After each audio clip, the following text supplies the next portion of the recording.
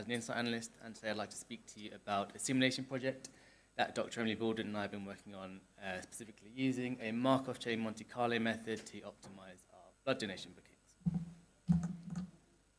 So our primary and ultimate aim at NHS Blood and Transplant is to collect enough volume of each of the different kinds of blood that exist. And from this, you immediately arrive at our main problem, which is that without our intervention, our blood collections or donations simply wouldn't be able to keep up with our blood issues to hospitals. And our business objectives largely stem from this, but at times can find themselves competing with each other. So on the one hand, we might want lots of new donors booked in to donate so that they can become established and we can grow to rely on them in the future. But on the other hand, we might not want too many new donors booked in any one given session because new donors are statistically more likely to cancel their appointment, miss their appointment, or have an unsuccessful donation experience. So we expect that a key lever for fulfillment of business objectives lies within the appointment grid booking system. So when donors want to donate, they have to book into a slot at a session, and different kinds of donors can book into different kinds of slots. So at the moment, we have three kinds of slots. So we've got the open slot, which anyone can book into. You've got the regular slot, which you can book into if you've given blood within the last 2 years, or if you're of priority status. And we have the special slot, which you can only book into if you're of priority status. And currently, priority status entails if you're a new donor, an O-negative donor, or a B-negative donor. And so ultimately, with a view to improving our ability to meet different business objectives, we want to understand by varying these slot type eligibility rules or varying the distribution throughout the day, can we predict and ultimately control the distribution of donors booked in to donate for a session? And actually also, can we capture the variance that we expect in these outcomes? Because obviously, donors booking sequentially into different slots is a random stochastic process. And so what we're asking here is, we have this complex random system, can we compute its probability distribution? And then can we tweak the parameters of it to get it to look how we want it to look? So how do we do that? First, let's look at a simple example known as the random walk. So imagine we have a person walking along a straight line, a straight path, but they're not walking in a straight path. So each time step, they have a half chance of moving forward and to the right, or a half chance of moving forward to the left. And so, for example, we might be interested in knowing after 30 steps how far our walker has deviated from the path. And you might immediately be able to say, well, the most likely case is actually they're in fact back on the path.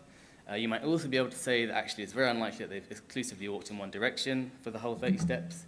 And from here you might say, well, it obviously looks like a bell curve. And you'd be right. But what if we wanted to know a bit more, like the exact shape or the individual probabilities? This might be relevant if we want to know, for example, the probability that they stay within 20 steps of the path. So you might get your pen and paper, but if the system were more complex or if you had less time, you might think about simulating it. And the idea here is that we can understand and map out a random system by just letting it play out a large number of times. So what we've done here is we've used random numbers within R to simulate whether the walker steps left or right for 30 steps over 10 experiments. And as you can see, it looks really unhelpful. But actually, as you increase the number of experiments all the way up to 100,000, we actually do recover the distribution that we posited in the last slide. And the idea here is that, well, if we've done this 100,000 times, and we see that 15,000 of those times the walker ended up back on the path, then we think the probability of this outcome is around 15%.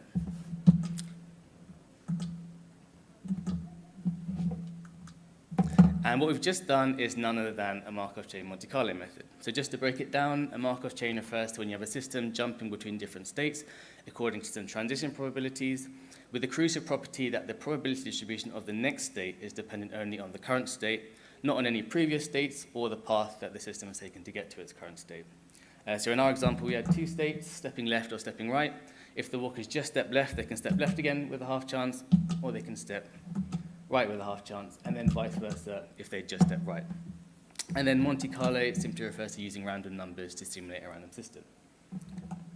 So now let's return to our appointment grid problem. So how does the simulation work? So first of all, you input your customized appointment grid, and then you set the time to say, for example, 8 weeks before the donation session.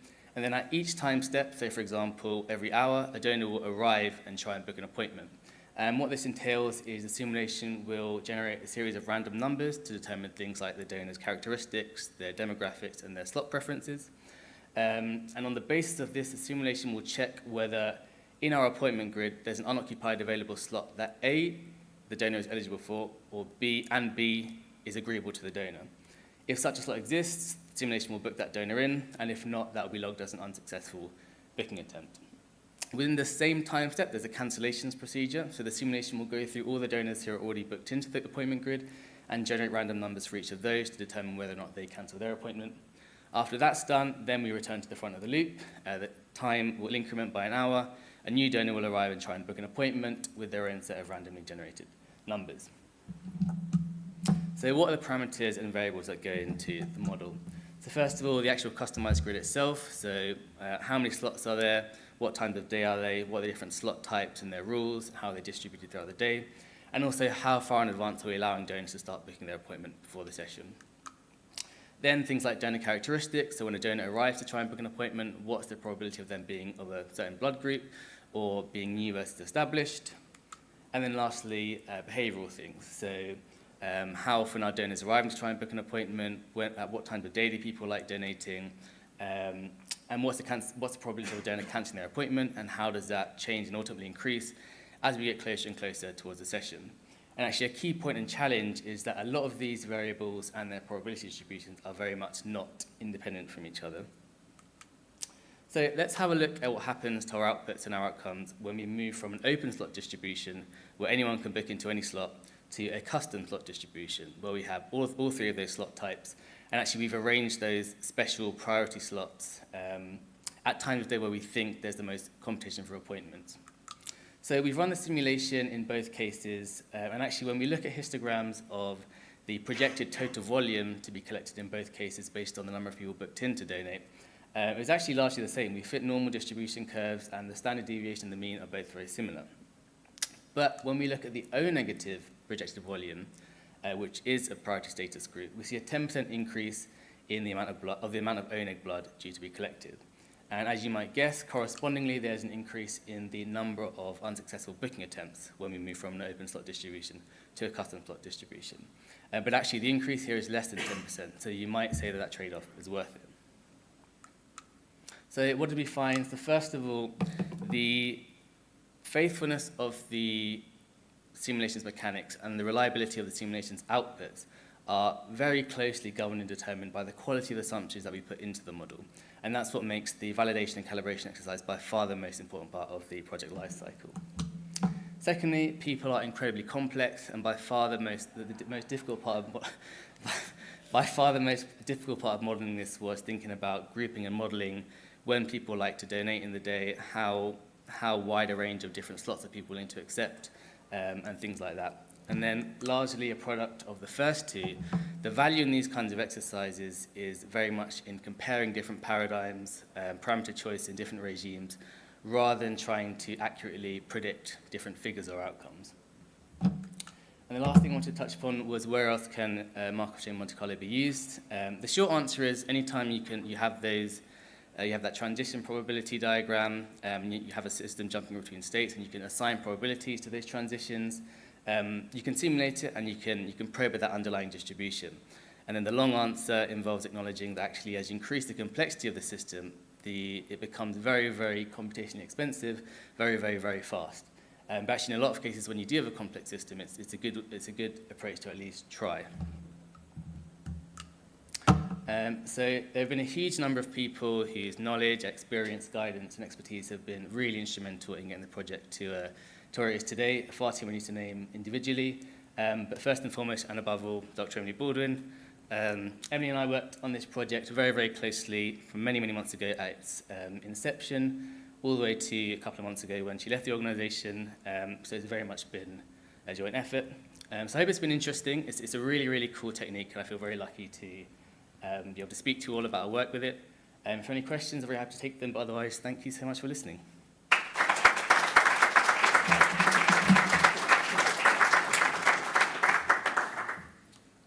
Thank you very much. We've got some questions that have come in on Slido. How confident are you in the assumption of randomness? For example, I imagine the probability of cancelling appointments scheduled during the recent Euro final is higher than a normal Sunday. How confident am I about the randomness? So I guess there's loads of different places that the randomness creeps in. So how often people arrive, whether that's regular, the distribution of those characteristics, but whoever's put this has touched upon the cancellation probabilities. So I guess things like bank holidays, the Euros, those are kind of extreme events, and actually I'd be very cautious about using this kind of model for things like that, and actually that would require a lot more judgment, a lot more sense checking. But in terms of the business as usual randomness of what's going on, I think it's an interplay between two things. I think intrinsically it is a stochastic process in that there's no deterministic process underlying whether or not someone cancels their appointment, and I think why it seems like it might not be random is that in a lot of cases you have, on a large scale, stochastic systems oscillating around a deterministic mean, and actually, as whoever put this question touches upon, when we get those histograms, we do see a mean with a spread. So I guess it's a kind of balance between the two. But I think it is important to acknowledge the spread, even if it's small or even if it is oscillations around a deterministic mean. It's really interesting to see this work, as I've always found it hard to find a session, time and location that suits me. Is this being put into practice? So the short answer is no, for a very good reason. We're very much still in the validation process. There's largely very little value in implementing this without first validating it against our current programs. And so the validation exercise involves looking at the different kinds of sessions we have, whether that's at the fixed DC clinics that are sometimes attached to hospitals, or mobile teams that go around to church halls or town halls. And that's because of those assumptions, it's very hard to do, and it's still in progress. But until that's done, we wouldn't look to trial new schemes without being confident that we can replicate the current program. What is the difference, if there is any, between Monte Carlo and bootstrapping? I'll confess I have no idea what bootstrapping is. I haven't come across it. I've heard of it, but I'd be very happy to have a conversation about whoever put that question forward to, between the two of us, work out what the difference is, if any. How do you deal with non-independent events or probabilities? How to deal with non-independent events probabilities. So, for example, a good example of when things aren't independent is, so when a donor arrives, if you just look at whether they're new or established, there's a certain probability split. And if you just look at whether they're of one of the 8 blood groups, there's a split. But actually, because of things like the special priority slots, it's much easier for, if you're O negative and with priority status, to remain in the donation system than if you're of a group that we don't prioritize as much. And so the probability that you're an established donor, given that you're O negative, is different to the probability that you're an established donor, given that you're another blood group.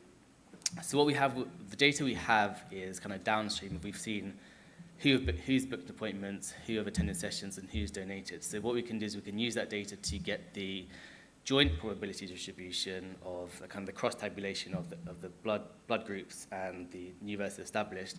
And from that we can use like kind of a naive or simple Bayes theorem to get the conditional distribution to then, within the pipeline, say, okay, if someone's come along and they're O negative, what's the probability that they're new or established? Or vice versa, if someone has come along and they're new, what's the probability distribution of their blood group? Final one. What did you use to create the simulation? The simulation is done in Python. It hasn't used any kind of special package, but again, if the person who's asked that question is asked from a place of, I have a good tool, then I'd definitely be happy to and keen to speak to you about options, because as I say, the limiting factor with this was the computational expense. I have very little experience in optimising my code, and it's very much not optimised. So anyone who's got any tools or packages, I'd definitely be happy to speak to you. Thank you very much.